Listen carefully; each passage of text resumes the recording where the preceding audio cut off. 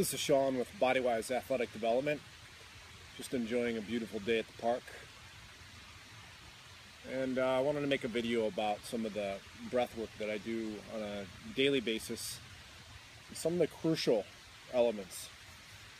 So I'm going to cover in this video 4 different breathing techniques that can be done in 3-minute increments. So it only takes 12 minutes to complete. I'll only demonstrate for about a minute of each technique. And what these techniques do is they start to iron out any of the inconsistencies in your breathing. And they start to allow you to breathe more deeply, more fully, more relaxed. And they start to allow you to have some control over your nervous system, control over your stress levels. And they're a prerequisite for some types of meditation, such as Raj Yoga, which is one of the types of yoga that I've been studying since I was a teenager, really. But nonetheless, the first exercise is just to learn how to breathe abdominally, or what is referred to nowadays as diaphragmatic breathing. This is really important because a lot of people, they've learned improper breathing techniques, and usually this starts at about the age of anywhere between 6 and 8, when we're kids and we're put in chairs and sit for long periods of time, and then we start to slouch, we start to cave in on our diaphragm. It makes it very hard to activate the diaphragm at that point to pull the breath down into the abdomen. So what we have to start to do there is breathe and raise our shoulders and tense our chest and start to use all these ancillary muscle groups, which we really shouldn't almost ever use unless we're in a fight or flight situation.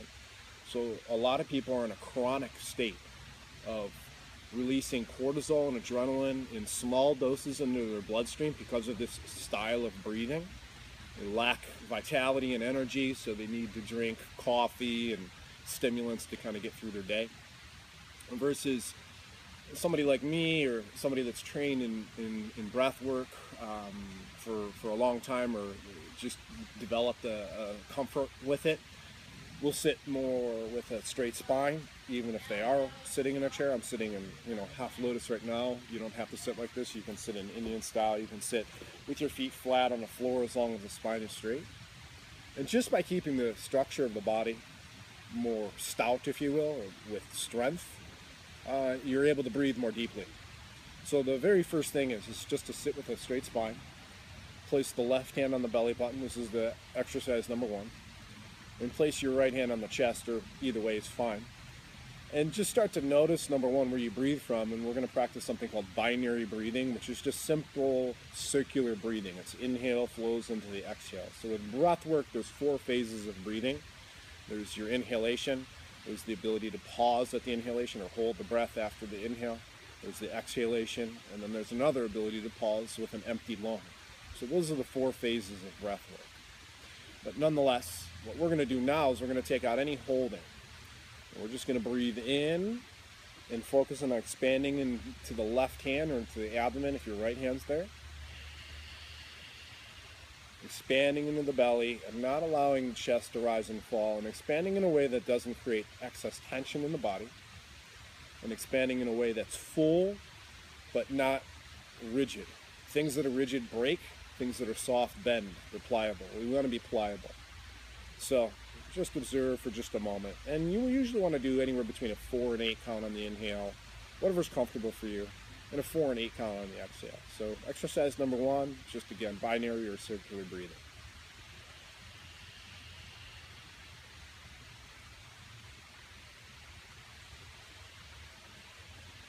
I'm going to use my hands to signify the count.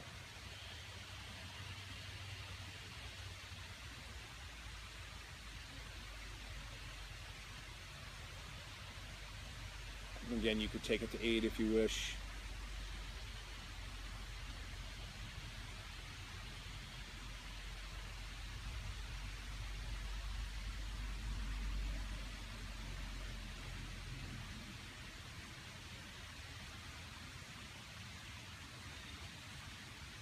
So that's exercise 1.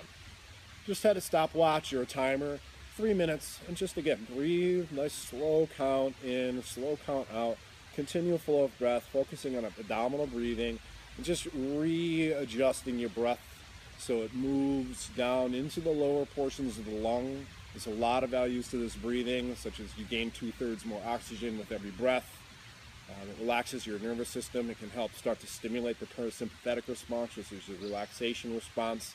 And it's just a good overall first step when starting to address learning how to breathe again as we were when we were kids. Just about every kid abdominal breathes up to the point of when they're 6 or 8 years old, and they're put in chairs in our education system, which in my opinion is fucking terrible.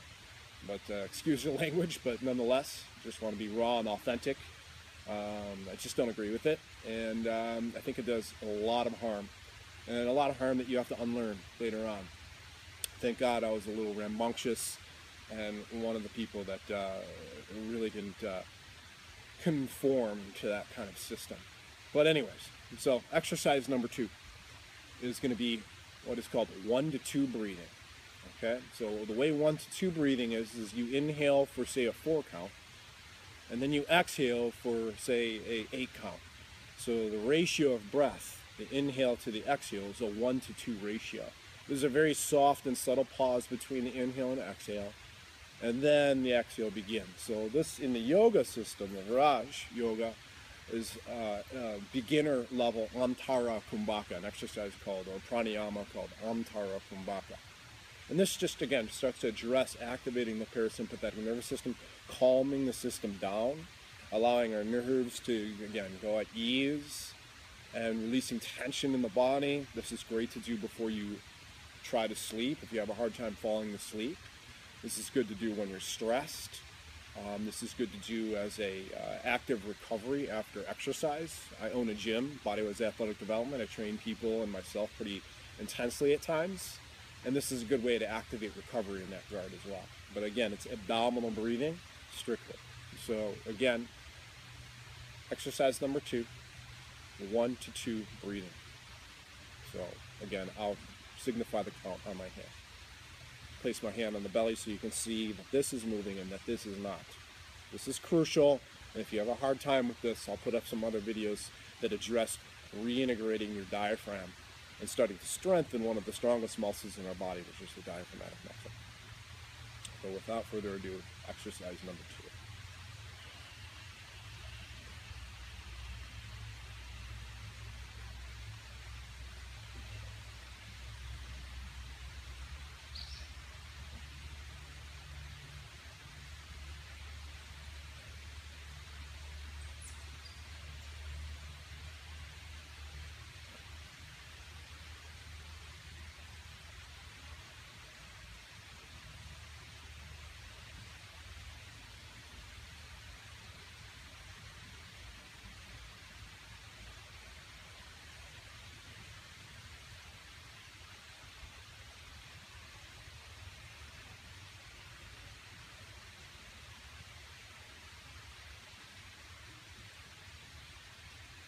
So again, I use the 4 count inhale and an 8 count on the exhale. And I recommend that you use a count that's comfortable, because this is not something you want to strain to do, and nor do you want to strain with any of these exercises. So I really want to emphasize, try easy.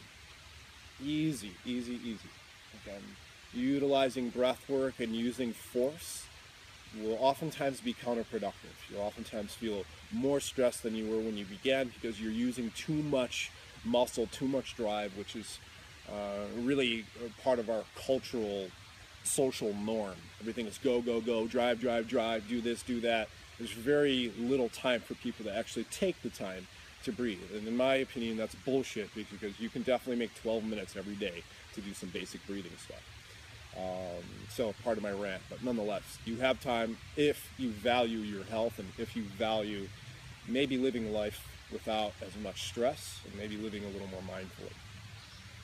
So, third exercise. Now, this third exercise is called square breathing.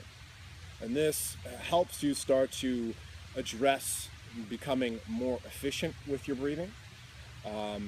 It improves oxygenation of the tissue, because there's a holding phase after the inhale and after the exhale. So hence the term square or box breathing. There's 4 corners, or 4 edges, if you will. So there's an inhale, there's a hold, there's an exhale, and then there's a hold. And you can also use this to develop lung capacity. So I do an exercise called ladder breathing with this, where I'll start with a 4 count on all the edges. So 4 on the inhale, 4 on the hold, 4 on the exhale, 4 on the hold after the exhale.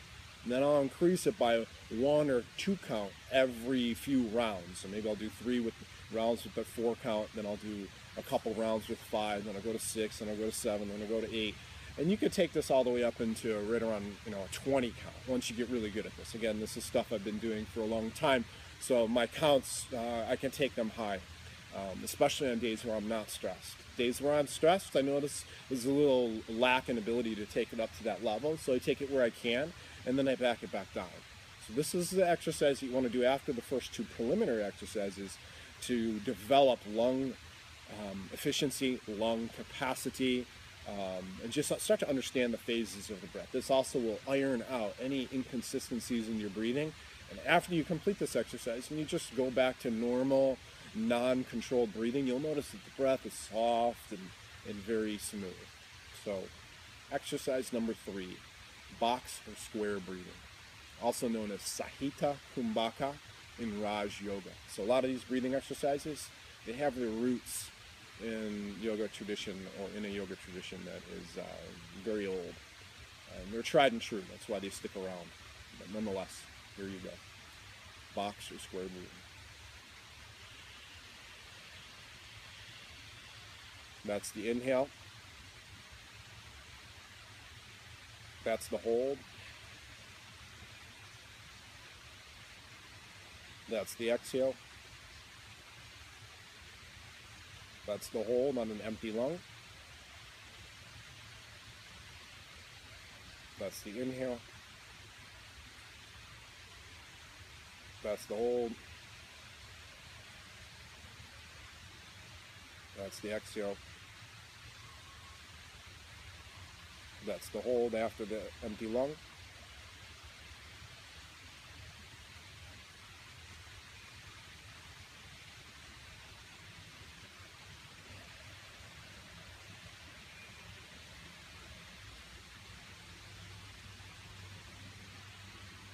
So there you have it. Box or square breathing, or Sahita Kumbhaka. And again, use very little effort to complete these exercises. Put a timer on for 3 minutes for each. And when the timer ends, that's completed that exercise. You can do these for longer, but 3 minutes is kind of the bare minimum, in my opinion, to get some result from the breathing exercise. And if you give this a full week of energy, in a week of your time, you'll have no doubt in your mind that this stuff works. I've been doing this, like I said, for a long time, and these are exercises that are used in a lot of the martial arts that I've studied, and the current one that I study now, which is Sistema, in the Russian martial art. And I utilize it in my strength training. I utilize it with my athletes, body-wise. It's really, really valuable. On to the last exercise. This exercise is called alternate nostril breathing. And this exercise does a couple different things. But to keep it on a very simple physiological level, the first thing that it does is it starts to balance and equalize the flow of breath from the left and the right nostril, meaning that most people have a nostril that is usually dominant. So you'll take in more air in your left or your right versus the other. In this exercise, what we're going to do is we're going to alternate between the sides. So I'm just going to place my hand like this, first 2 fingers on the point between the eyebrows. And I'm going to use my thumb for my right nostril and these 2 fingers, my ring and my pinky finger, to utilize and close the other nostril. The basic level of this exercise is to inhale through the left, hold very briefly when you close both nostrils, release the right, you'll exhale the right. Then you'll inhale from the right once again, hold very briefly as you close both nostrils, release the left, exhale through the left. And you'll continue in this fashion where it's inhale, hold, exhale, inhale, hold, exhale, etc.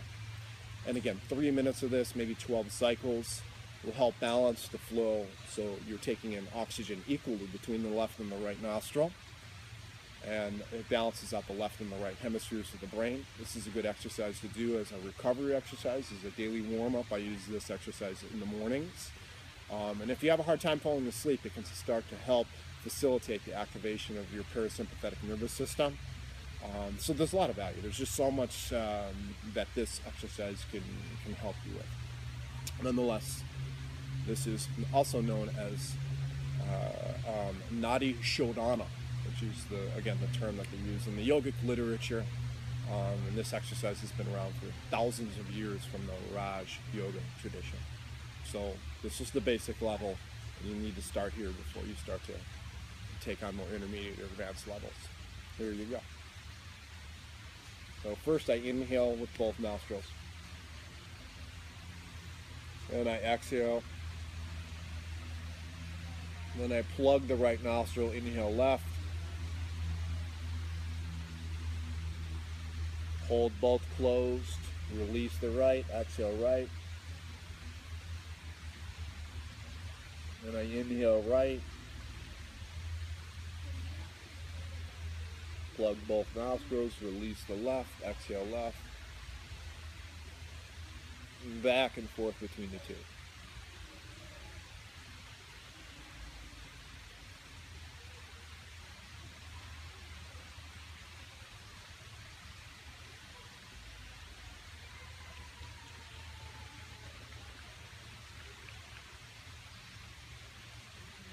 When you're done, you'll exhale left, remove your hand, and that completes the last cycle.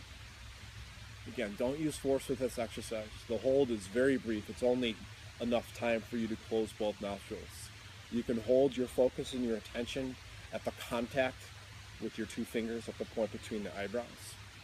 You can also just hold your attention on your breathing at the entry level or the basic elementary level of this.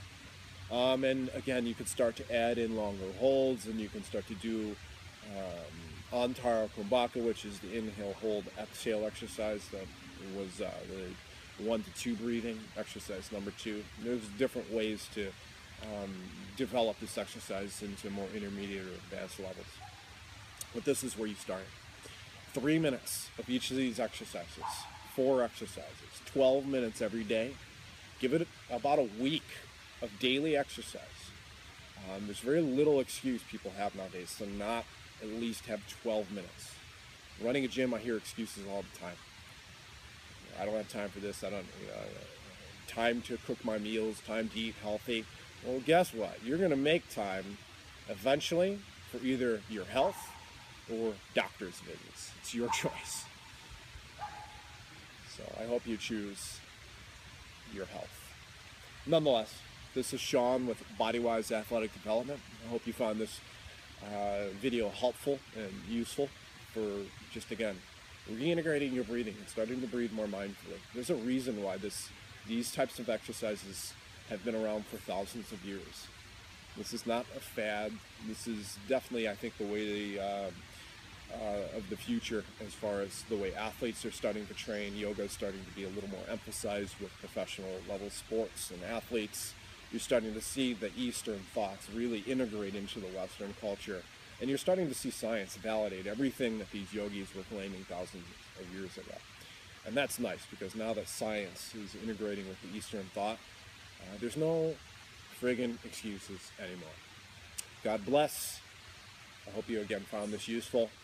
Contact me at Sean, SHAUN, @thebadcrew.com if you have any questions, or check us out at www.thebadcrew.com. Thanks again. Be well.